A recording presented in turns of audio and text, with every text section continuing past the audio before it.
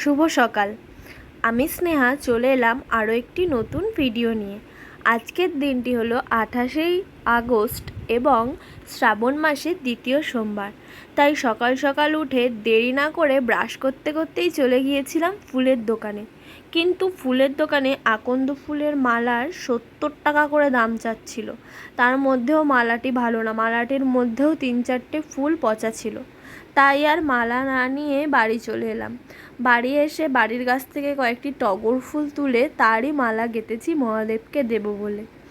বাড়ি এসে স্নান করে একটি সুন্দর শাড়ি পরে বসে পড়েছি পুজো দেওয়ার জন্য। বাটার মধ্যে মহাদেবকে যে সমস্ত পঞ্চামৃতগুলো দিয়ে অভিষেক করাবো সেগুলি সাজিয়ে নিয়ে বসেছি।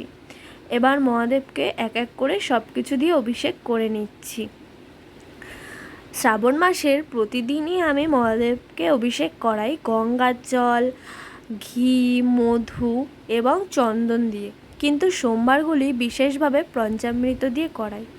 মহাদেবের মাথায় চন্দন দিয়ে এবং 3টি বেলপাতা দিয়ে ও আতপ চাল অর্পণ করে বাতাসা দিয়ে সাদা ফুলের মালাটি পরিয়ে দিলাম, যেটি নিজের হাতে বানিয়েছিলাম। আমার তারপরে একটি ধুতরা ফুলের কড়ি পেয়েছিলাম, সেটাই দিয়ে দিলাম। আমি এই বছর বেল না পাওয়াতে ব্রত করছি। পেয়ারা আর শশা 16 সোমবারের ব্রতর আজকে তারপরে তৃতীয় দিন মহাদেবকে ছিল। একটু আরতি পরপর করে 16টি ঘিয়ের সোমবার মতো সবাইকে টাটা। ঘিয়ের আবার প্রদীপ দেখা জ্বালানো হবে নাকি নতুন শুভ। কোনো ভিডিওতে। তাই ঘিয়ের প্রদীপ দিয়েও মহাদেবের আরতি করে দিয়েছি, আর সামান্য কিছু প্রসাদ মহাদেবের জন্য নিবেদন করলাম।